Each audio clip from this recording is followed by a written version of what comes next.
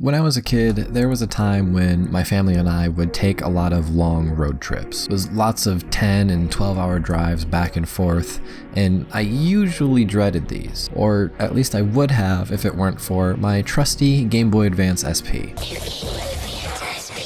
That was the game changer for me. My parents would usually buy my sister and I a new game before we went on one of these trips, and on one particular trip, I remember really wanting Mario Tennis Power Tour. I think I'd played it on like one of those Walmart Game Boy kiosk things, and it was like an RPG and it had tennis to it, and I was really into the Prince of Tennis at the time. I got Metroid Fusion instead. I remember being pretty disappointed about it too, but it was cheaper. That disappointment did not last very long at all, thankfully.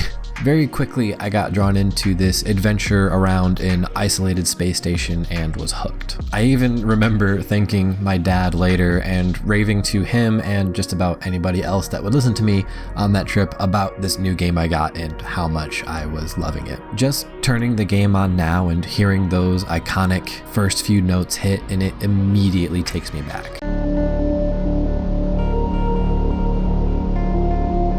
When I played Metroid Fusion, it was my first experience with a proper Metroid game, and it blew me away, and I'm a huge Metroid fan now today because of this game. After I played it through a couple of times, I became pretty obsessed, as I tend to do with things. I remember reading everything I could find out about Metroid and its history, and I remember at one point there was a webpage I found, it was like a blog post or something called Samus Aaron is a Hottie, and thankfully it was safe for work. Eventually I was able to go back and play through everything I had missed and almost everything that's come out since. I still haven't played Samus Returns and I really need to get on that. Coming back and playing Fusion all these years later with all that experience added on, and the game hits a little differently for me now, mainly after playing Super Metroid. It kind of makes reliving this game a bit bittersweet, and it opens my eyes to annoyances that I didn't even realize the first time playing it. Honestly, I think they're only noticeable after playing Super Metroid. Still though, there's a lot to love about this game despite those annoyances, and I think it does a few things of its own even better than Super Metroid. When you first boot up the game, you get a little intro movie explaining everything to you, more or less. Our heroine Samus was watching over a research team on planet SR388 when they encountered a strange, unknown life form that attacks her. These turn out to be the X Parasites, and it's not until later that the infection makes itself known, and it's while flying back that she goes unconscious and nearly crashes with her ship. She's rescued and rushed to a med bay where they start to work on her, but due to complications with her power suit, large portions of it have to be surgically removed. This is what gives her that very different fusion look. Even then, the X are still too embedded in her nervous system to be safely removed. Someone then creates a vaccine from a Metroid cell culture, the X's only natural predator, which Samus systematically hunted down to extinction like 2 games earlier. I guess they just had like random Metroid cells just lying around, or whatever. From then on, Samus becomes reborn as Metroid Woman.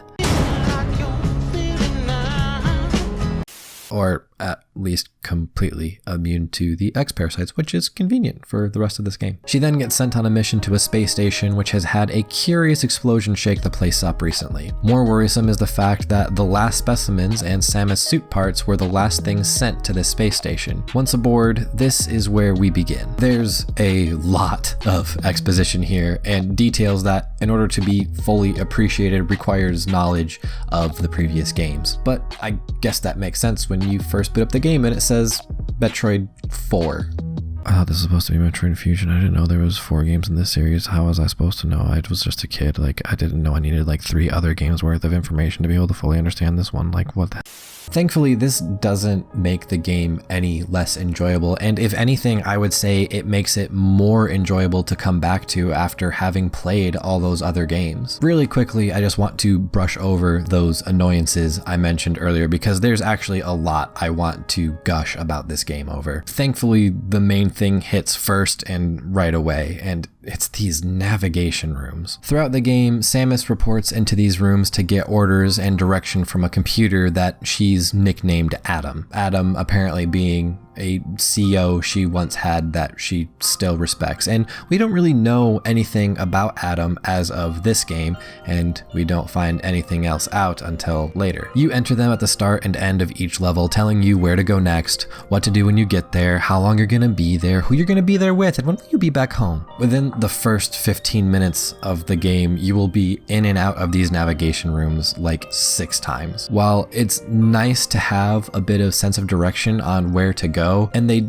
do get less intrusive as the game goes on, they feel very overbearing at first. And it takes away that fun of self-discovery that Metroid games usually have. It's just such a big departure from Super Metroid, which was content to just plop you into the world and just say, go. I think that sense of adventure is what makes Metroid games so compelling, and to have it so neatly curated kind of takes away from that a bit. Don't get me wrong, I understand why they do it. A lot of sequences in the game wouldn't work or would be missed if they didn't know exactly where you were going to be and when you would be there, but it still takes some getting used to. There's also moments exploring in the game that will just make you feel really dumb. You'll just sit there and be like, oh, I'm the moron. And on the other end, there's moments of, when and how was I even supposed to realize that? For the most part, the game does a good job of using the environment and context to guide you, but certain things wind up being puzzles when you don't expect them to, and it can feel frustrating when the only reason you've been wandering around aimlessly and confused is because of a small gap in pixels you just didn't seem to notice. Everything else about the game is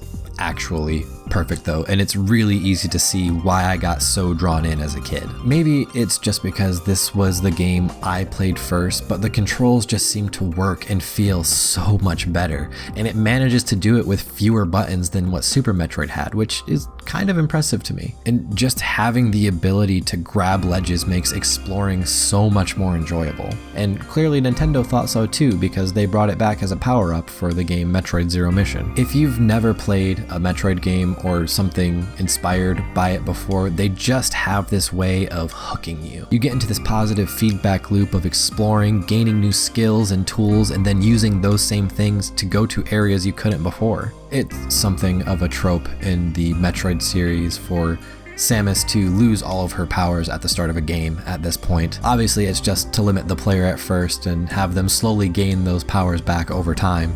The reasoning definitely seems more sound here than in other games though.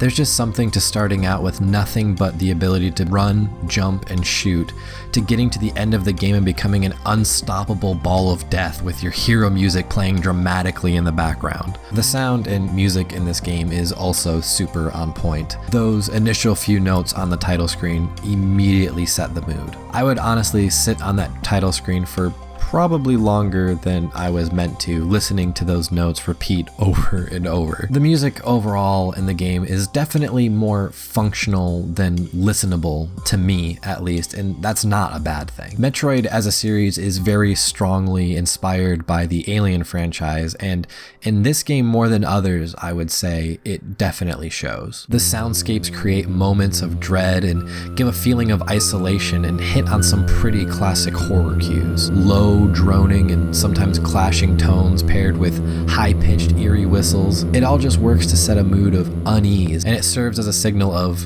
something's not right here.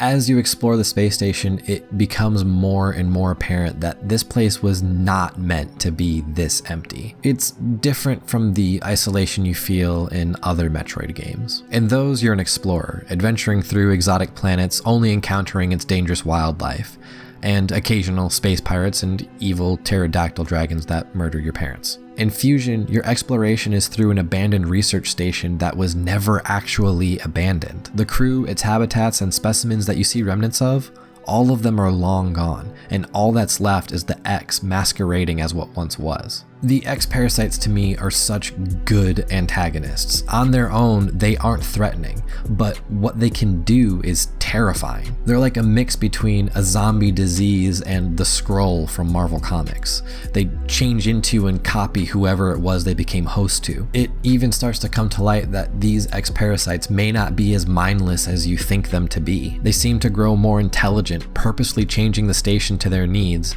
and also changing themselves to better hunt you. To follow along with the alien theme, this game even has its own xenomorph stand-in in the form of the SAX. Remember Samus infected suit parts? The X that infected them have now taken on the form of Samus herself, except it's at full power. The few times you come up against it, it is absolutely relentless in chasing you. It's fast, it hits very hard, and it very much wants you very dead. At least until you're able to put a wall between it and yourself, and then it just kind of like doesn't see you anymore. So I guess it's like, you know, has no object permanence, so it just leaves, which is kind of nice. Who's there? I have a belt and I'm not afraid to hang myself.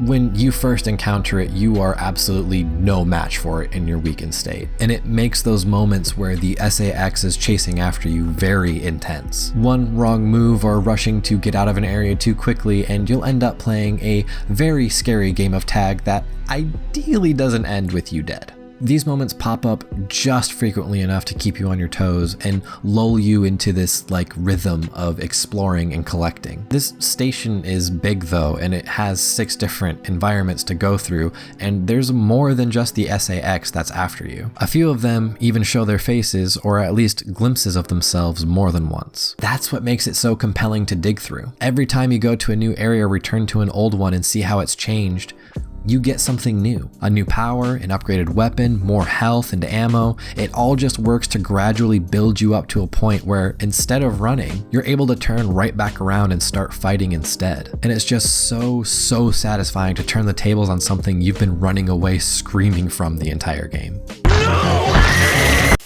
Thanks so much for watching, guys. Real quick, I just wanted to shout out a couple of things besides the usual, you know, Loki. Besides the usual like and subscribe and all that stuff, which are still things you should definitely do, and they do help out a lot. But the first thing is I've started streaming on Twitch. So if that sounds like something you'd be interested in, feel free to toss me a follow over there. And if you want, you can stop by and hang out. And the other thing is I just wanted to say thank you for the very positive reception my last video got. It honestly means the world to me to have something that I spent so much time and worked so hard on, to have all those nice things said. It really means a lot. So thanks so much, and until next time.